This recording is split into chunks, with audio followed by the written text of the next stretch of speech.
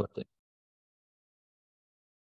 Bom, eu sou o César, e aqui junto com o Arthur e o Lucas, nós somos alunos do Instituto Federal de Brasília, do campus Taguatinga, e somos alunos do sexto semestre do curso Bacharelado em Ciência da Computação. A gente vai fazer uma breve apresentação aí sobre a linguagem de programação Ruby, e esse é um projeto da matéria da disciplina de paradigmas de programação do professor Fontes. Então, uma introduçãozinha aí, falar sobre a história e a teoria por trás do Ruby. Primeiramente, o que é o Ruby? O Ruby ela é uma linguagem de programação de alto nível, então ela tem uma sintaxe ali que é mais próxima da fala humana e ela permite fazer aí criação de programas bastante complexos de uma maneira aí relativamente simples. Ela possui uma sintaxe bastante intuitiva e isso faz com que seja uma linguagem aí bastante atraente para os programadores que estão iniciando na área da computação.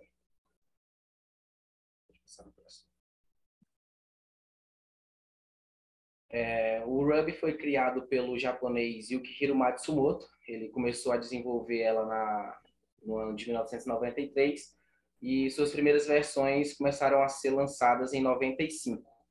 Ele criou ela com o intuito de fazer uma linguagem que fosse mais poderosa do que as linguagens que já existiam naquela época e, ao mesmo tempo, fosse uma linguagem mais simples e divertida de se usar, né? Então, ele se baseou em algumas linguagens que já eram renomadas naquela época, como o Perl, e ele também incorporou aí alguns conceitos da filosofia budista, que era a simplicidade, o foco e a experiência do usuário.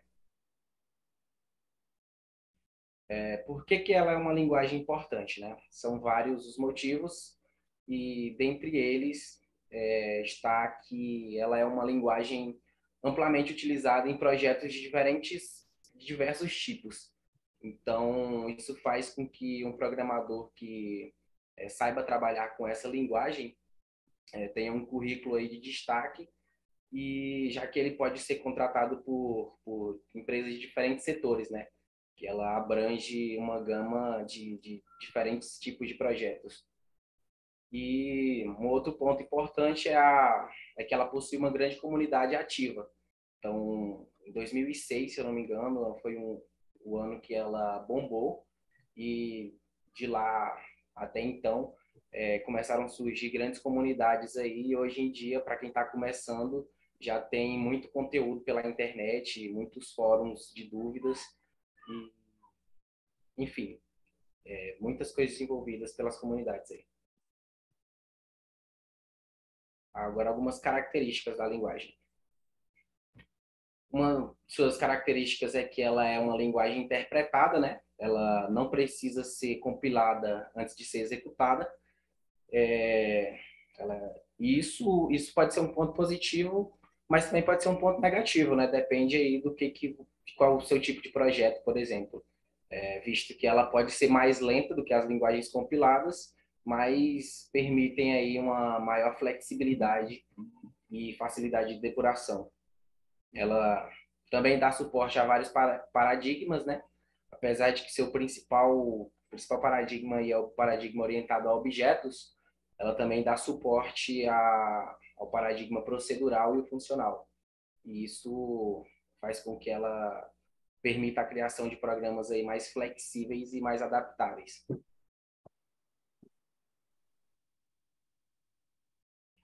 O Ruby também possui, como já foi falado, né, tem uma ativa comunidade de desenvolvedores, né? Então, por ser também uma linguagem de código aberto, essas comunidades elas contribuem aí para a manutenção e a melhoria da linguagem. Então, para quem está desenvolvendo um projeto de qualquer área, já pode ter ali bibliotecas e frameworks que facilitam o desenvolvimento, né? Bom, a gente falando agora um pouco sobre a plataforma de desenvolvimento para a gente usar a linguagem Ruby. Existem, na verdade, basicamente dois tipos de plataformas que pode se usar para esse desenvolvimento, que são se utilizando de IDEs, que é o mais comum hoje em dia no mercado.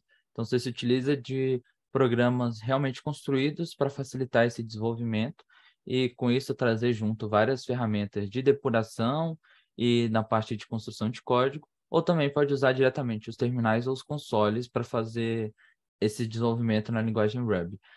Utilizando os terminais, você tem um pouco menos de, digamos assim, de recursos, né, relacionados em comparação com as IDEs, mas pode ser usado mais para exemplificar o uso da linguagem ou até mesmo criar aplicações que sejam bem mais simples para ser executadas.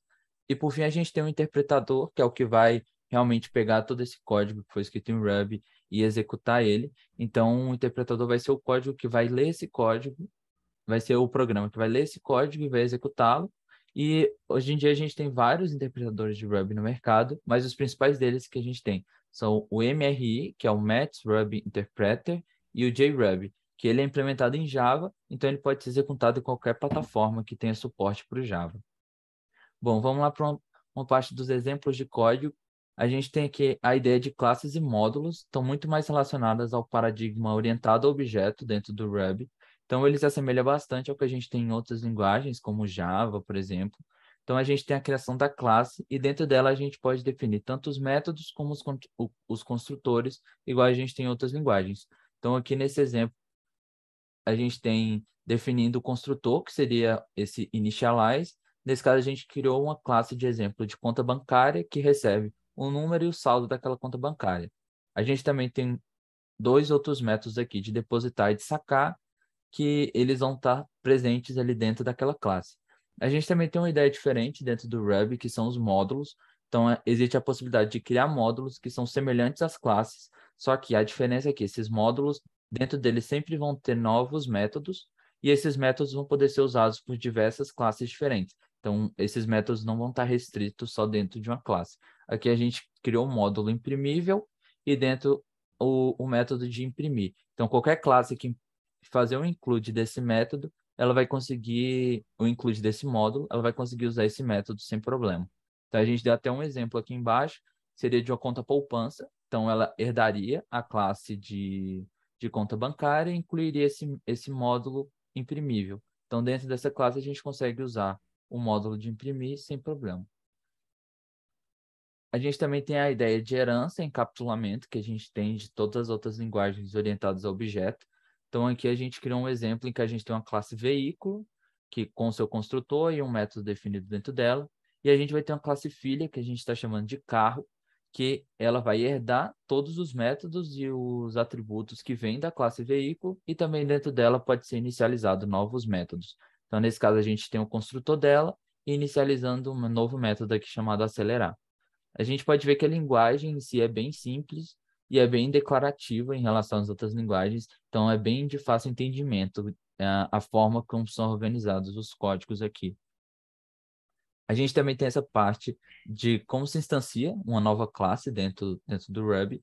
A gente tem a classe pessoa, aqui de exemplo, e a gente vai instanciar uma nova pessoa para a gente conseguir se utilizar daqueles atributos que tem dentro dela. Então, a gente definiu aqui que pessoa 1 vai ser pessoa.new, então a gente usa essa nomenclatura de .new quando se deseja criar uma nova instância daquela classe, e a gente inicializa ela com os valores que a gente deseja. Por exemplo, a gente colocou o nome como João, a idade como 30 anos, e a gente coloca pessoa 1 ponto cumprimentar, que seria o método dentro dela, e a gente tem aqui a resposta esperada, que seria substituindo as variáveis nos devidos locais. Então, a gente tem a saída, olá, meu nome é João e tenho 30 anos.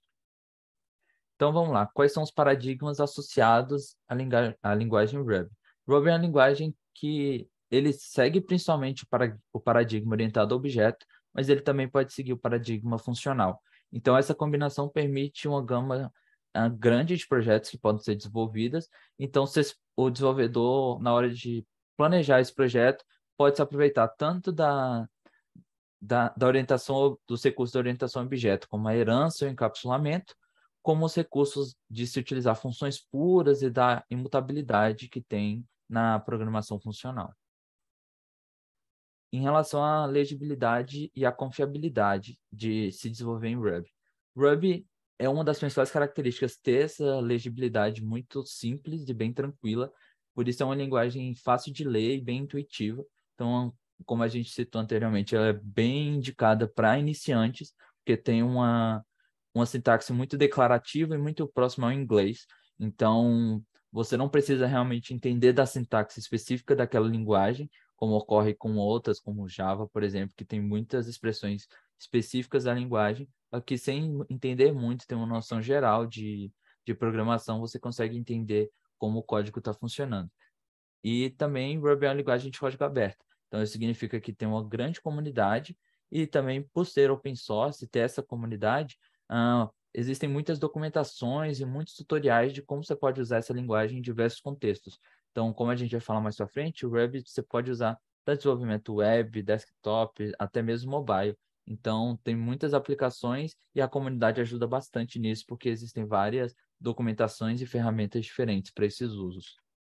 Agora, em relação à confiabilidade, o Ruby é conhecido por ser uma linguagem confiável e ela conta com um sistema de tipos dinâmicos. Então, todas as variáveis que forem criadas naquele contexto, naquele tempo de execução, elas vão ser encerradas ali. Elas não ficam na máquina, elas não são salvas localmente. Então, isso facilita bastante nessa parte da proteção dos dados e também facilita no desenvolvimento, aumentando a produtividade e também diminuindo as chances de erros que tem em relação a tratar arquivos localmente.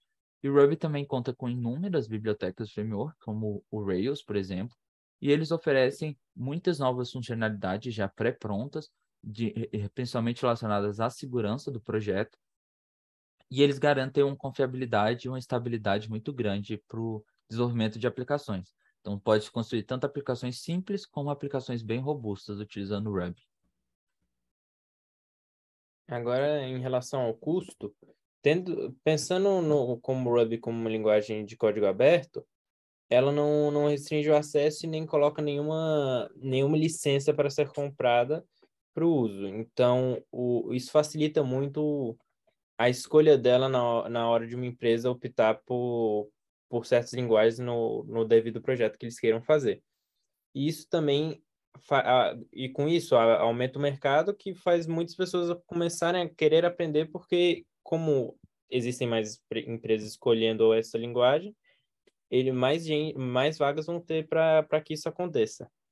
Sobre onde se utiliza a linguagem, tem algumas empresas famosas, como o GitHub, o Airbnb, que utilizam, e ela é uma linguagem muito forte também para nessa arquitetura de microserviços, onde que coisas podem ser feitas em Ruby com pouco código, tendo um tempo muito baixo de processamento e com pouco curva de aprendizado, muitas vezes. Então, muitas vezes um desenvolvedor sênior precisa resolver um pequeno problema, onde na linguagem dela que ele está usando no projeto principal é muito complicado.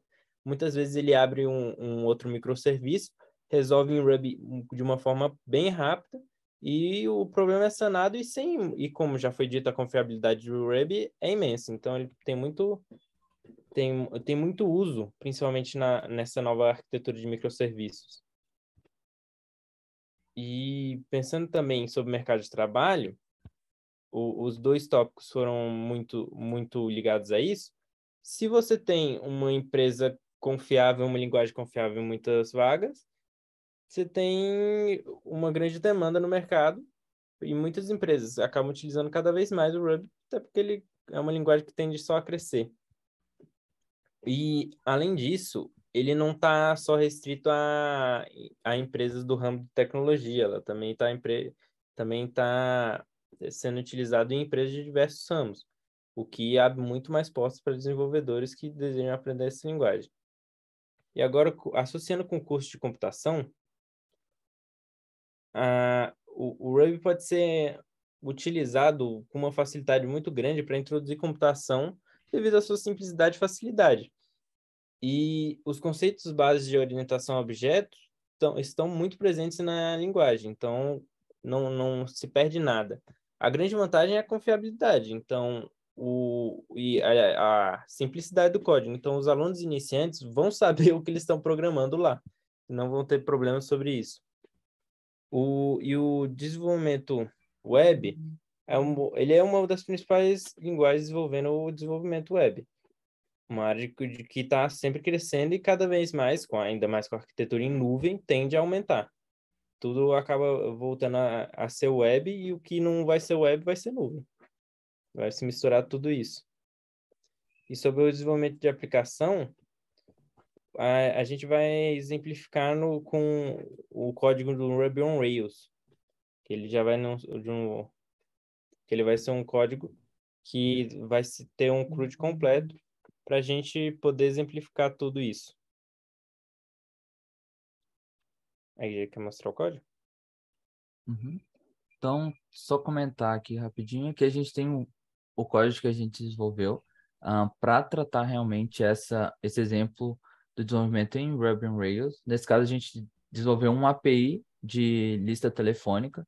Então, nela a gente vai conseguir fazer a adição de novos contatos, a listagem dos contatos já existentes, a exclusão de algum contato ou a atualização de um contato. Então, é basicamente para a gente mostrar essa função do CRUD, que é muito utilizado assim, no mercado de trabalho realmente, e mostrar como é simples realmente desenvolver um CRUD até mesmo complexo, com poucas linhas de código e de uma forma bem entendível em Ruby. Intuitiva.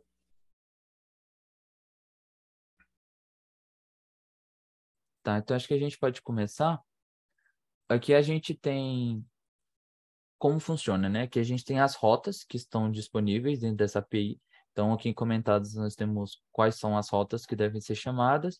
E aqui a gente tem o tratamento do Ruby para os parâmetros passados e também como devem ser executadas essas funções. A gente pode começar por esse primeiro get, que vai ser para barra contacts. Ele vai ser usado para a gente listar todos os contatos que tem na lista telefônica no momento. Então, ó, a gente está aqui com o Postman, que é basicamente para executar essas requisições para uma API. Então, a gente tem a API rodando no localhost e vamos fazer um get para esse endpoint. Aqui. Então, executando ele, a gente tem um retorno de todos os contatos que estão salvos nessa lista. Então, a gente tem os nomes, tem o e-mail, a data de nascimento, da forma como foi utilizada no cadastro. Agora, voltando aqui para o código, a gente tem nossa próxima rota, que é para a gente listar um contato específico, buscando pelo ID desse contato. Então, se a gente vê que no padrão que a gente tem, né, de resposta, cada contato vai ter um ID na hora que ele foi gerado. Então, a gente pode realizar a busca por esse ID, como a gente tem nessa próxima requisição. Então, aqui a gente vai fazer a busca pelo contato que tem um ID 103. A gente vamos fazer pelo 102, que esse tem um registro. Então, a gente passa o ID que a gente quer retornar os dados e aqui ele retorna para a gente qual o nome, qual o e-mail e qual a data de nascimento desse contato.